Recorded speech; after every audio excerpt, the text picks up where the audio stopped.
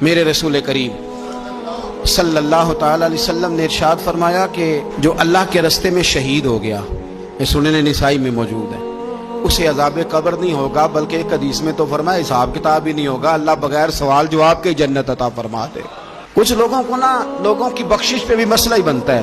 کہ کوئی بخشا نہ جائے۔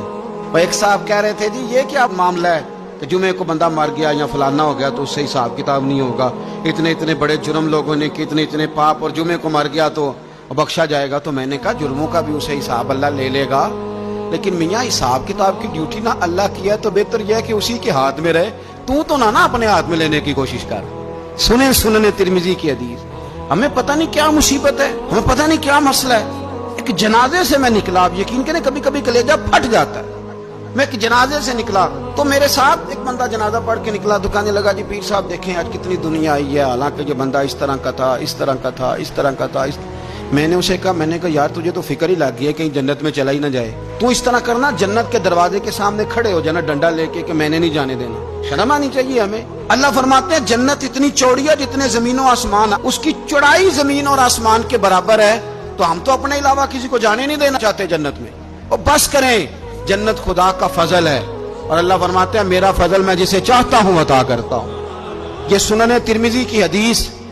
اور اس کے راوی حضرت عبداللہ ابن عمر رضی اللہ تعالیٰ عنہ، نبی پاک علیہ السلام نے فرمایا جو مسلمان جمعے کے دن یا جمعے کی رات کو فوت ہو، اس کو اللہ تعالیٰ قبر کی آزمائش سے محفوظ رکھتا ہے۔ جو جمعے کی رات فوت ہو جائے یا جمعے والے، یعنی جمعے رات اور جمعے کی درمیانی رات چلا جائے یا جمعے والے، تو اللہ اسے عذاب قبر سے، تو میرے عزیز جو بندہ شہید ہو اس سے عذاب قبر نہیں ہوتا، جو آدمی جمعے کے دن یا جمعے کی رات چلا جائے اسے بھی عذاب قبر نہیں ہوتا۔ اور میرے رسول کریم صلی اللہ تعالی علیہ وسلم نے فرمایا جو بندہ ایک دن اور ایک رات، یہ حدیث صحیح مسلم میں، سنن ترمذی میں، مصنف عبد الرزاق میں موجود ہے،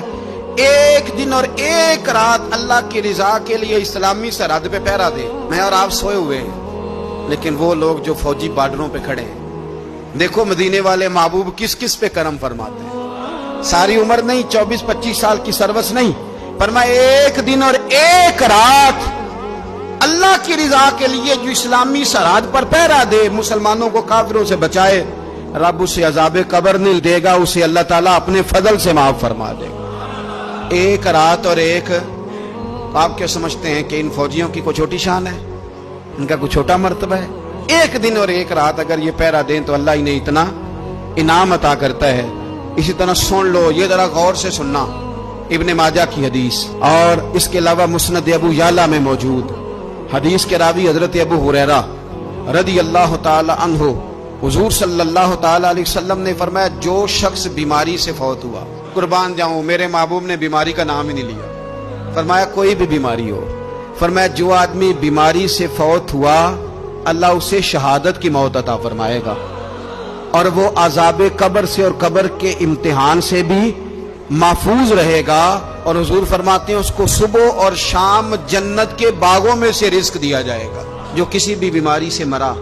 یہ لوگ بیماری سے مر رہے ہیں تو لوگوں نے اچھوت سمجھ رہے ہیں، اچھوت، یہ اچھوت نہیں ہے، اس لیے کہ لوارث نہیں، یہ خدا رسول کے ماننے والے ہیں، تم انہیں اچھوت کہہ رہے ہو، اور مدینے والے رسول انہیں شہید فرما رہے ہیں۔ حضور نے فرمایا جو بیماری سے مرے شہید ہے، وہ قبر کے عذاب سے محفوظ رہے گا اور جنت کے باغوں میں سے اللہ رزق دے گا۔ لوگ کہتے ہیں دیکھو جی بڑا تانگ ہو کے دنیا سے گیا ہے، تو اس بندے کو بھی عذاب قبر نہیں ہوتا۔ اسی طرح جو بندہ سورہ ملک پڑھتا ہے، سنن ترمذی میں حضرت ابن عباس سے روایت ہے کہ حضور صلی اللہ علیہ وسلم کے ایک صحابی نے ایک جگہ خیمہ لگایا تو وہاں سورہ ملک پڑھنے کی آواز آتی، کوئی بندہ پڑھنے والا نظر نہیں آتا تھا۔ جب حضور کی بارگاہ میں عرض کیا تو فرمایا وہاں قبر تھی اور قبر کے اندر بیٹھ کے میرا صحابی سورہ ملک کی تلاوت کر رہا۔ اگر ہمیں خسرہ نمبر یاد ہو جاتا ہے نا اپنی جگہ کا، اور ہمیں پتہ ہوتا ہے کہ میرے والا حصہ کتنے کروڑ کا ہے، اگر ساری کہانیاں ہمیں یاد ہوتی ہیں تو سورہ ملک بھی ہمیں یاد ہو سکتی ہے۔ موبائل پہ اس کو ریکارڈ کر لیں، پھر اس کو سنیں کبھی بھی سورہ ملک میں۔ اور ہمارے سلسلہ عالیہ میں تو سورہ ملک وظیفہ ہے، ہمارے الوظیفۃ الکریمہ میں اعلیٰ حضرت نے لکھا ہے کہ رات کو سورہ ملک اور سورہ یاسین کے بغیر سونا نہیں۔ سورہ ملک اتنی شاندار سورت ہے کہ نبی پاک صلی اللہ علیہ وسلم نے فرمایا یہ قیامت